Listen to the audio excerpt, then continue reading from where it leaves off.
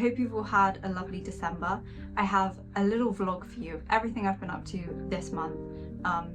Actually, I was really ill for about a week and a half, so I didn't film any of that for you. And I also have a new little painting that I've been working on. But before we get into the painting process and the vlog, I would like to talk to you about Craftsy, who are this video's sponsor. Craftsy is your online resource for all things creative, and they offer over 2,000 classes across painting, drawing, photography, knitting, sewing, and more. The last time I worked with Craftsy, I got to take a course called Alla Prima Portrait Painting with Stacey Minch, but this time I checked out a class called The Classic Self-Portrait with Kerry Dunn, which I thought would be very fitting and helpful because I'm working on a little self-portrait in this video. In my opinion, there's no better way to learn than to watch another artist paint and share every little part of their process. Kerry Dunn's class was so thorough and packed with such useful and practical information when it comes to portrait painting in oils. I'm so pleased that I got to take it, and I'm sure many of you would find it very helpful.